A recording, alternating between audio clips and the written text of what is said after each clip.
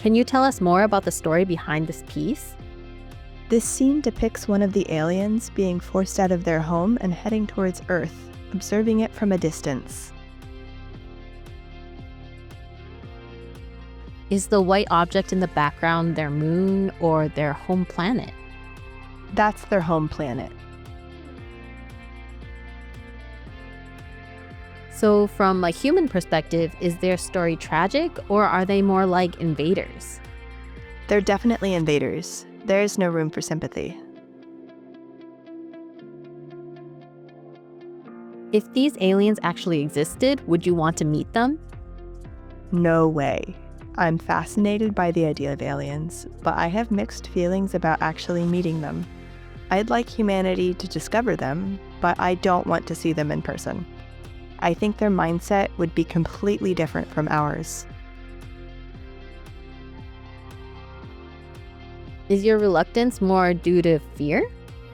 Yeah, definitely about fear. I'd like to see them on a screen, but not face to face. Moving from the story elements to the technical aspects, your use of color feels very distinctive. Do you have any tips for achieving that cohesive look with layers and colors? I actually don't separate my layers much when I draw. I focus on maintaining a cohesive feel throughout the artwork and pay a lot of attention to keeping everything consistent, even when using different colors. Would you say that your approach is kind of a translation of traditional art techniques into a digital medium? Yes, exactly. Even with this main visual, there are some lines that I think would be hard to achieve digitally, so I emphasize those aspects a lot. Earlier, you mentioned that this project took a little longer than usual. Were there any points where you started coloring and then thought, this isn't working? Yes, definitely. About 19 hours in, the entire artwork was red. The background, the planet, and even the alien's outfit were all shades of red. After stepping away for a few hours and coming back to it, I realized that the image felt too heavy and not quite right. So I started adding blue and adjusting the colors to make it look more balanced and visually appealing. Was making everything red at first a result of what you were feeling at the time? Yes, at first I tend to add colors pretty impulsively. I went all red, thinking I could figure out the rest later. That's the kind of mindset I have when drawing. I often like the initial colors, but I also want to explore other possibilities, so I tweak and adjust the illustration until I find the colors that I think are most interesting and satisfying to look at. Was there a part in the process where you particularly struggled? The hardest part was balancing the alien's body. I didn't want it to look too human, but I still wanted it to have a slightly eerie feel. Finding that balance was really tough, but I think I finally got it close to what I envisioned. I started with traditional sketches, but when I got to the digital coloring, I kept making changes. Like, I tweaked the legs or arms to make them look less human, but still aesthetically pleasing. So a lot of the adjustments were digital. What's your favorite part of this illustration? Or what do you want people to focus on the most? The face. I really like the expression of something in transition, that sense of incompleteness. I'd love for people to focus on that. In this illustration, you avoided making the face too complex. Is that intentional? Actually, I don't overthink it. I just rely on the intensity of the eyes to draw attention. Is there anything in this main visual that you did differently from your usual illustrations? Maybe something you tried because it's a main visual? I tried working with layers for the first time. I divided the artwork into 5 layers, and I found that separating the layers wasn't as bad as I thought. It slightly reduced the sense of consistency I usually aim for, but it also made me realize that working with layers has its own advantages. What made you decide to work with 5 layers this time? Honestly, it was because I had to separate layers for the merchandise. so I figured if I was going to work with layers, I might as well do it right. Is there anything you feel we haven't covered or anything else you want to dive deeper into about the main visual? Well, it does tie back to Seekers a bit. At one point I imagined what the main character from Seekers would look like if they transformed, but I eventually decided against it for various reasons.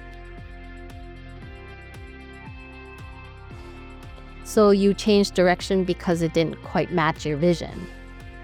Yes, it didn't align with what I had in mind, so I decided to scrap that idea. When you draw, do you still think in terms of storylines? Almost like creating a narrative for a manga? Yes, I usually build a rough world in my head and think, this character probably has this kind of background, and so on. I noticed that your style really changed around the time you drew that character in the sailor uniform, shifting to focus a lot more on detailed character designs, their outfits, and accessories. Did something change in the way you think about your art? I once drew a character in a sailor's uniform when I was in middle school, and I wanted to redo it. When I did that, I realized how much fun character design was.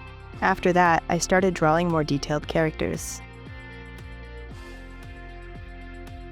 Did you find creating these kinds of detailed characters more satisfying? I hadn't really worked with that level of detail on a single subject before, and I found it incredibly interesting. I also wanted to move away from what I was drawing before the sailor uniform artwork. After this shift, it seems like you started experimenting with the human form, making it more abstract or mutant-like with intricate patterns on the skin. It's like you realized you could distort the human figure and still make compelling art. Definitely. I'm not that good at drawing people, but I realized that it's okay to distort them. That was a big discovery for me. You worked on the cover art for various series. Designers often have specific requests or explain why they chose you for a project. Have you had any memorable interactions with designers? I remember the cover design of LOVEDUB. The designer really took my ideas seriously. I showed them some logos from my favorite works, and they combined those ideas with my art. A lot of young artists dream of starting their careers early like you did when you were a student. Did you do anything specific to catch people's attention?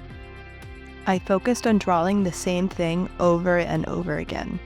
It's good to be versatile, but you need to showcase your own unique style and strengths.